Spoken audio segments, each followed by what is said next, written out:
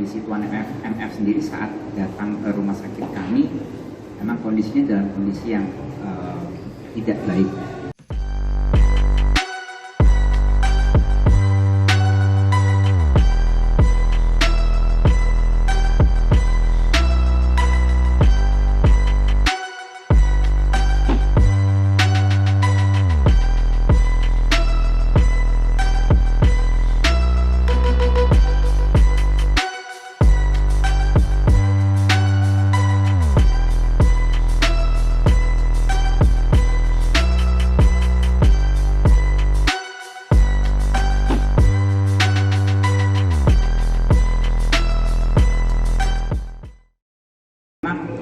Sebulan ini kan memang pasien Tuan MF ini memang sudah mulai tidak bisa tidur terlentang.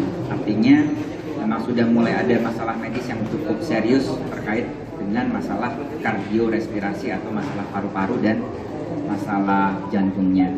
Dan kemudian sebenarnya Tuan MF ini sekitar beberapa bulan yang lalu sudah disarankan juga untuk ke rumah sakit terkait dengan kaki yang sebelah kanannya yang memang ada infeksi. Namun beliau masih belum mau untuk rumah sakit, sehingga akhirnya kondisinya semakin menurun sehingga beliau dibawa ke rumah sakit. Jadi memang kondisi Tuan MF sendiri saat datang ke rumah sakit kami memang kondisinya dalam kondisi yang tidak baik. Kemudian setelah itu Tuan MF setelah di sini sesaknya semakin memberat sehingga membutuhkan bantuan pernapasan. Nah, bantuan pernapasan dipasang ventilator.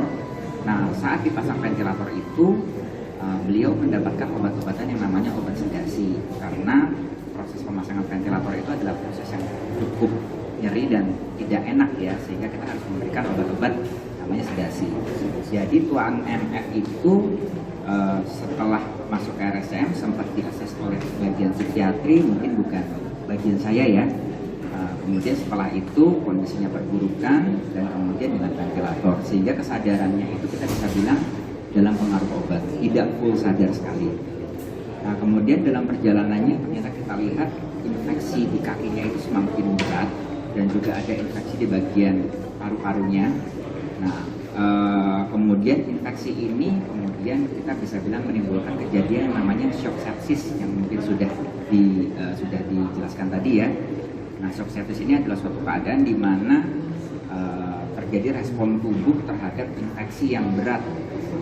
Nah, infeksi yang berat ini kita atasi dengan pemberian antibiotik. Kemudian ciri-ciri shock sepsis lainnya itu adalah gagalan organ. Jadi dia mulai gagal organ jantungnya, kemudian pembuluh darahnya, tekanan darah mulai turun, ginjalnya bermasalah juga karena shock sepsisnya, namanya septic aki. Kita kemudian lakukan dengan terapi pengganti ginjal bersama dengan Dr. Pringo, spesialis ginjal hipertensi.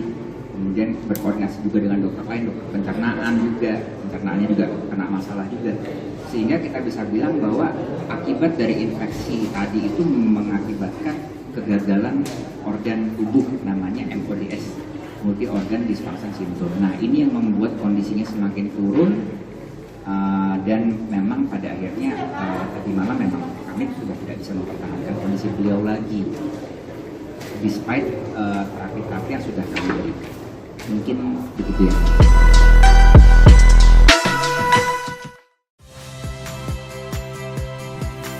Saya Valeria Bella.